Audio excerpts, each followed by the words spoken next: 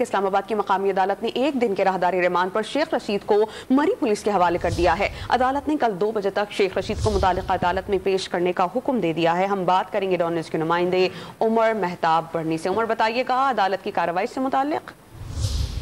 जी देखिए, साबिक वजीर दाखिला शेख रशीद अहमद को आज पुलिस की जानिब से मिस रिफत महमूद खान की अदालत में पेश किया गया और दौरान समाअत मरी पुलिस की जानिब से राहदारी रिमांड की जो दरख्वास्त दी गई थी उस पर समाअत हुई।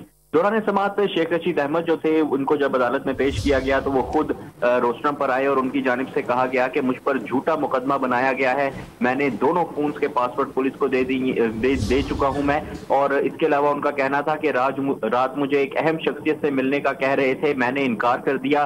शेख रशीद ने कहा कि मरी पुलिस ने घंटों मुझसे तफ्तीश की है, तमाम काम अपारा पुलिस ने किया है, मरी, लसबेला और कराची पुलिस मासूम है। शेख रशीद का मजीद कहना था कि मेरे पैसे, मोबाइल और घड़ियां पुलिस ने निकालनी।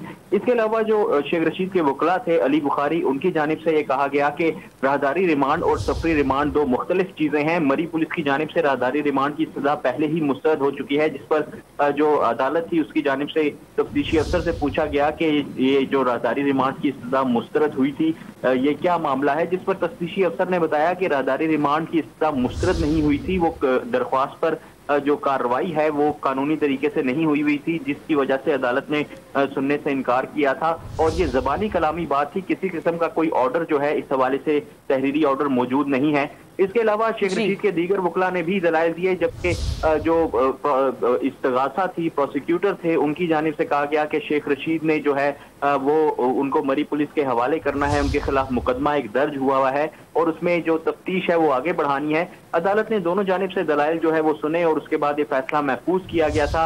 अदालत ने फैसला सुनाते हुए शेख रशीद को 1 रोजा राहदारी रिमांड पर मरी पुलिस के हवाले कर दिया है और ये भी हुक्म दिया है मरी पुलिस को कि कल 2 बजे तक शेख रशीद को हर हालत में मुतलका अदालत के सामने पेश करे। जी बहुत शुक्रिया उमर मेहताब बर्नी, आप हमें अपडेट कर रहे थे।